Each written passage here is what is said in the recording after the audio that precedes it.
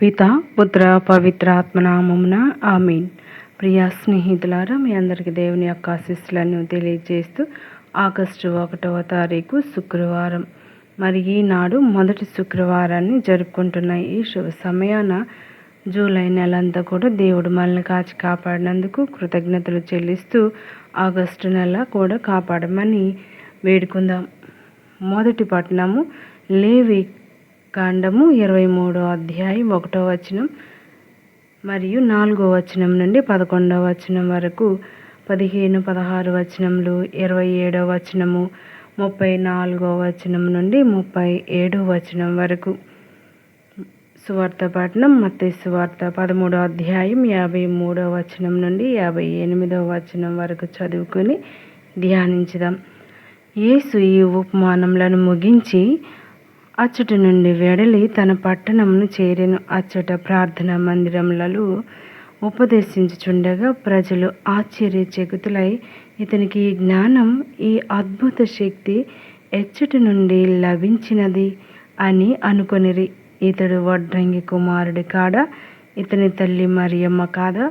యాకోబు, యోసేపు, సీమోను, యూదాలు ఇతని సోదరులు కారా? ఇతని సోదరీమణులు అందరూ మన మధ్యన లేరా? అట్లయినా ఇవి అన్నీ ఇతడు ఎట్లు పొందెను అని ఆయనను తృణీకరించిరి. అప్పుడు యేసు వారితో, ప్రవక్త స్వదేశమునందును స్వగృహమందును తప్ప మరిందును సన్మానింపబడకపోడు అని పలికెను. ఇది ఆ ప్రజల అవిశ్వాసం వలన ఆయన అచ్చట ఎక్కువగా అద్భుతములను చేయలేదు. ఈనాడు తల్లి శ్రీ సభ పునీత అల్ఫోన్స్ మరియు లిగోరి గారి పండుగను కొనియాడుతూ ఉంది. బిషప్, రెడెంప్టోరిస్ట్, రక్షణ సభ స్థాపకులు, శ్రీ సభ పండితుడు, గురువులు, నీతిపరుల పాలక పునీతుడు. క్రీస్తు శకం 1696 నుండి 1787 వరకు ఈ పునీతుడు జీవించి ఉండటం మనం ధ్యానిస్తూ ఉన్నాం. ఇటలీ దేశంలోని నేపుల్స్ నగరంలో ఒక ధనిక కుటుంబంలో పునీత అల్ఫోన్స్ మరియు లిగోరి జన్మించారు. బాల్యం నుండి మంచి తెలివితేటలు, సూక్ష్మ దృష్టి చూపిన ప్రజ్ఞాశాలి, గొప్ప మేధావి ఈ బాలుడు. తన 16వ ఏటనే న్యాయశాస్త్ర పట్టభద్రుడయ్యారు. లాయరుగా పనిచేసి గొప్ప పేరు ప్రతిష్టలు సంపాదించారు. ఇంతైనా వారు చిన్నతనం నుండి ప్రతి ఏడాది ఏదో ఒక ప్రసిద్ధ ప్రదేశాల్లో జ్ఞానవాడకంలో పాల్గొని మానసిక, శారీరక, ఆధ్యాత్మికంగా తనను తాను దృఢపరుచుకునేవారు. ఎంతో చురుకుదనం చూపే పునీత లిగోరి గారు తన మానవ ప్రయత్నం ఎంత చేసినా ఒక న్యాయమైన వ్యాజ్యం విషయంలో అపజయం పొందారు. దాంతో వారిలో ఒక విధమైన విరక్తి తొంగి చూసి విజృంభించింది. మానవ ప్రయత్నం ఒక్కటే సరిపోదు, మంచి చెడులు గల ఏదో ఒక అదృశ్య శక్తి సాయం కూడా అవసరమని, ఆ శక్తియే దేవుడని విశ్వసించారు. ఈ లోక సంబంధమైన కీర్తి, ధన సంపాదన, జయాపజయాలు తన భావి మరణాంతర జీవితానికి అంతగా పనికొచ్చేవి కావని భావించారు. దేవుని సేవే శాశ్వత జీవం ప్రసాదించగలదని నమ్మారు. అందుకే తమ న్యాయవాద వృత్తిని విసర్జించారు. అప్పటికి వారి వయసు 27 సంవత్సరములు. తన గురించి దైవ చిత్తం తెలుసుకోగోరి ధ్యానం, ప్రార్థన మొదలుపెట్టారు.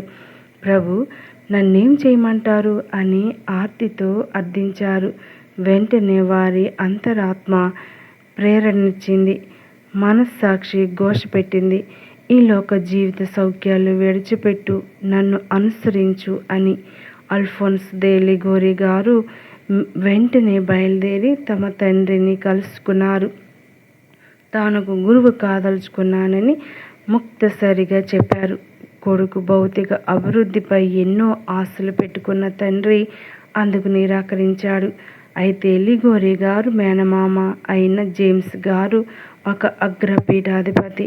వారి సలహా ప్రోత్సాహం మేరకు తన కొడుకు గురువు అవడానికి తండ్రి ప్రేమతో అనుమతించారు. కేవలం 3 సంవత్సరాల్లో గురు శిక్షణ విద్యను దిగ్విజయంగా ముగించారు.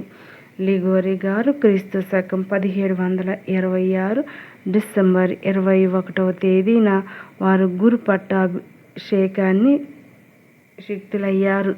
వారి దృష్టి ప్రకారం గురువు అంటే మారుమూల పల్లెల్లో చెల్లాచెదురైన ప్రజలకు కాపరిగా ఉండటం అనేవారు. అలాగే పేదల పట్ల ప్రేమ కలిగి పాప సంకీర్తనాలు వింటూ విశ్వాసుల్ని ఓదారుస్తూ తన ప్రేమను ఇతరులకు పంచిపెట్టడం గురువు విధి అంటూ తాము అనేక బాధ్యతలు నెరవేర్చారు.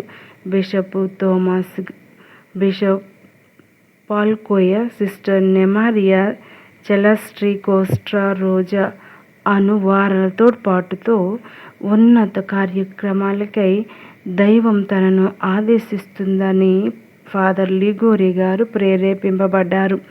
అందువల్ల తమను అభిమానించే అనుచరుల్ని కలుసుకొని 1732 నవంబర్ 9వ తేదీన మహాపరిశుద్ధ విమోచకుని సభ అని ఏర్పాటు చేశారు. దీన్నే రక్షణ సభ అనగా రెడెంటోరిస్టులు అంటారు. పిమ్మట లిగోరి గురువర్యులు నేపుల్స్ ప్రాంతమంతా తిరిగారు. తమ సభ గురువులందరి ద్వారా ప్రతి పట్టణం, ప్రతి పల్లె సువార్త ప్రచారం కొనసాగించారు. దివ్య సంస్కారాలకు కొదవ లేకుండా చేశారు. అశ్రద్ధ చేయబడిన వారికి కొండ ప్రాంతాల్లో గొర్రెలు, మేకలు మేపుకునే కాపరులు కూడా సువార్త సేవ చేశారు. దివ్య సంస్కారాలు అందించారు. ఇలా 20 సంవత్సరాలు క్రీస్తు పరిచర్యలో మునిగి తేలారు. కొన్ని నెలలకొకసారి నేపుల్స్లో తమ సభ గురువులు శ్రేయాభిలాషులతో సమావేశమై తమ గురుత్వ సేవల వల్ల జ్ఞాన స్నానాలు, వేద వ్యాప్తి సంఖ్యలపై బేరీజు వేసుకునేవారు. భవిష్యత్ కార్యక్రమాల్ని రచించుకునేవారు. దీన్నే వేద వ్యాపక వినూత్నీకరణ పేరుతో ముందుకు సాగేవారు. సువార్త సేవ, ఆత్మకార్యాల నిర్వహణతో పాటు సాంఘిక సేవా కార్యక్రమాలు నిర్వహించుట, నిత్య సహాయమాతపై భక్తిని పెంపొందించుట వీరి సభ ముఖ్య విధులు కొనసాగుతూ ఉన్నాయి. క్రీస్తు శకం 1752 నుండి లిగోరి స్వాముల వారు క్రైస్తవ రచనలు చేశారు. ముఖ్యంగా వారి నైతిక వేదాంత శాస్త్రం వారి ఆధ్యాత్మిక ఆలోచనలకు అద్దం పట్టింది. అతి దీనులు, అతి డాంబికులు, కనికర హృదయాలు, రాతి గుండెలు గల వార్ల మధ్య రాజీ కుదిర్చింది. ఆచరణాత్మక సలహాలను అందించింది. ఈ నీతి వేదాంత మూర్తికి మేరీ మాతపై మిక్కిలి భక్తి, దివ్య సప్రసాద ఆరాధనపై అమిత అనురక్తి ఉంది. వారి విశ్వాభిప్రాయాలు, సిద్ధాంతాలు, విరక్తత్వం, పరిశుద్ధ జీవితం ఎడల వారి రచనలు చాలా ప్రసిద్ధి నొందాయి. మరియ మాత మహిమలు, ద గ్లోరియస్ ఆఫ్ మేరీ. వాస్తవంగా క్రీస్తు సహవాసుడు, the true spoke of Christ, రక్షణ మార్గం, ద వే ఆఫ్ సాల్వేషన్ అనే గ్రంథాలు వీరి గొప్ప రచనా వ్యాసంగాని ప్రతీకలు. దేవుని కోరుకునే చిన్న విన్నపాలు, స్వల్ప త్యాగ కృత్యాలు అంటే వీరికి మక్కువ. ప్రార్థించేవారు రక్షింపబడతారు, ప్రార్థింపని వారు శిక్షింపబడతారు, నరకానికి పోతారు అని సందేశమిచ్చేవారు. వీరి కలం నుండి మొత్తం 111 పుస్తకాలు, కరపత్రాలు జాలువారాయి. వీరి రచనలు 4000 పత్రులుగా 60 భాషల్లో ముద్రితమయ్యాయి. అలాంటి గొప్ప గ్రంథకర్తగా, విద్వాంసుడిగా గుర్తింపు పొందారు. అల్ఫోన్స్ లిగోరి గురువర్యులు 1762 జూన్ 20వ తేదీన పీఠాధిపతులుగా అభిషేకం పొందారు. పునీత అగతా దేయి గోటి అనబడే ఒక చిన్న పీఠానికి కాపరిగా నియమింపబడ్డారు. 13 సంవత్సరాలు మిక్కిలి ఉత్సాహంతో నిస్వార్థ సేవలు అందించారు. మఠాలను, గురు శిక్షణాలయాలను సంస్కరించారు.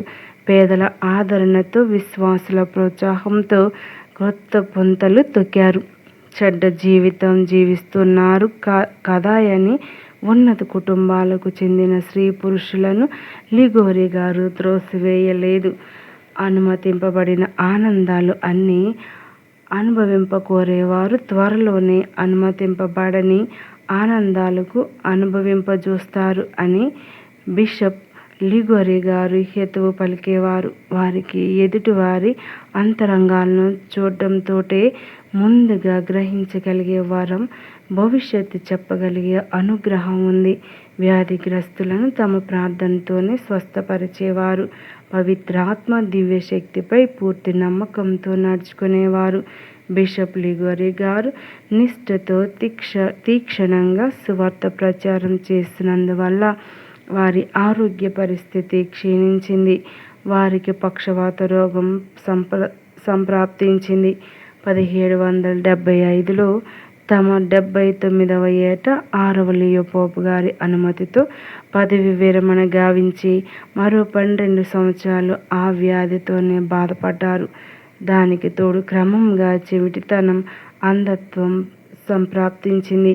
చివరి దశలో గొట్టం ద్వారా ద్రవాహారంతో జీవించారు. అలాంటి వారికి కూడా ఇలాంటి దురదృష్టి వ్యాధులు, బాధలు దేవుడికి ఎందుకు ఇస్తారో అదే దేవుని కృప అని స్పష్టమవుతుంది.